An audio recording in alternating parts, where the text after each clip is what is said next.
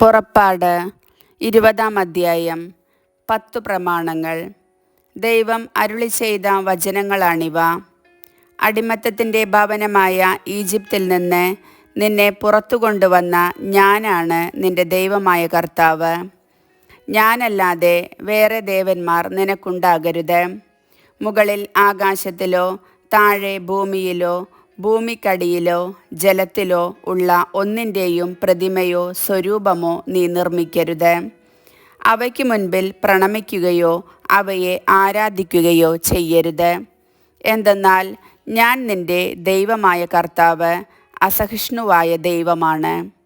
എന്നെ വെറുക്കുന്ന പിതാക്കന്മാരുടെ കുറ്റങ്ങൾക്ക് അവരുടെ മക്കളെ 3-4 തലമുറ വരെ ഞാൻ ശിക്ഷിക്കും.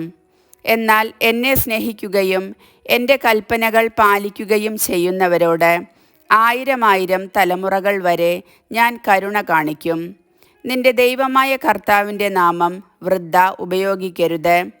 തൻ്റെ നാമം വൃഥ ഉപയോഗിക്കുന്നവനെ കർത്താവ് ശിക്ഷിക്കാതെ വിടുകയില്ല.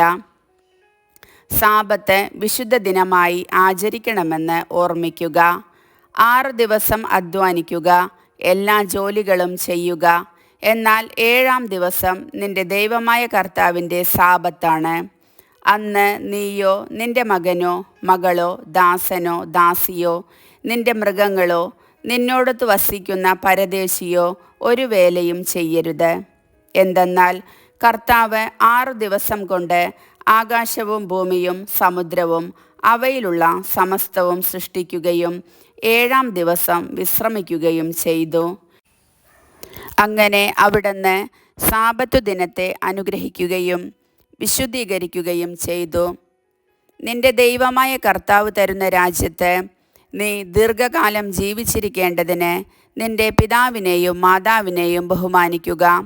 കൊല്ലരുത്, വ്യഭിചാരം ചെയ്യരുത്, മോഷ്ടിക്കരുത്, അയൽക്കാരനെതിരായി വ്യാജസാക്ഷ്യം നൽകരുത്, അയൽക്കാരൻ്റെ ഭവനം മോഹിക്കരുത്, അയൽക്കാരൻ്റെ ഭാര്യയെയോ ദാസനെയോ ദാസിയെയോ കാളയെയോ കഴുതയെയോ അവൻ്റെ മറ്റെന്തെങ്കിലുമോ മോഹിക്കരുത്. ജനം ഭയന്നു വിറയ്ക്കുന്നു.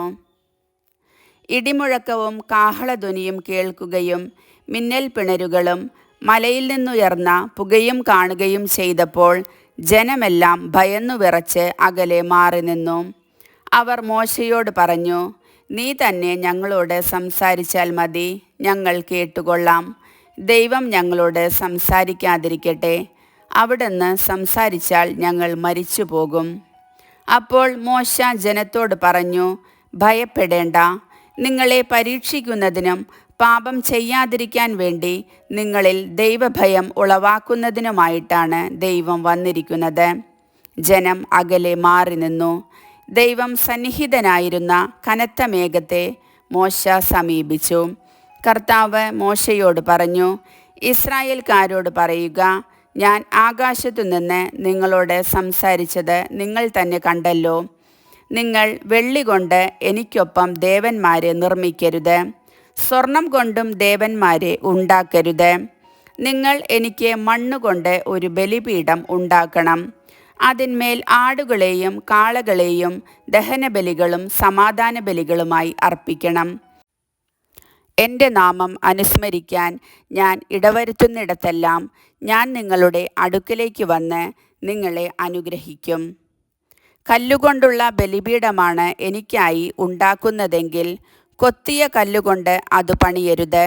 കാരണം പണിയായുധം സ്പർശിച്ചാൽ അത് അശുദ്ധമാകും. എൻ്റെ ബലിപീഠത്തിന്മേൽ നിന്റെ നഗ്നത കാണപ്പെടാതിരിക്കാൻ വേണ്ടി നീ അതിന്മേൽ ചവിട്ടുപടികളിലൂടെ കയറരുത്. കർത്താവിൻ്റെ വചനം.